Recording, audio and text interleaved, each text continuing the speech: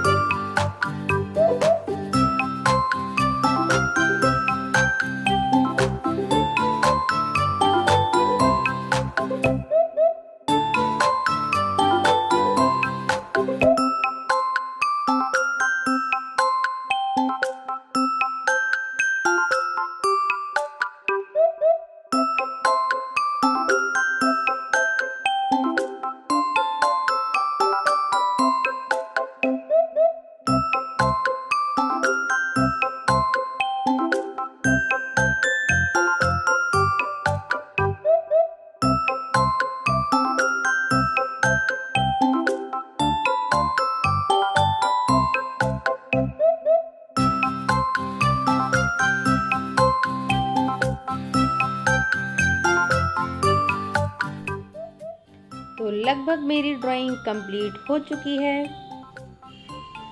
ये देखिए, तो कुछ ऐसी मेरी ड्राइंग दिखाई दे रही है। आई होप आपको मेरी ये वीडियो पसंद आई होगी। अगर पसंद आती है तो लाइक करें, कमेंट करें, शेयर एंड सब्सक्राइब तो ज़रूर कर लें। Thanks for watching. Bye bye, Tata.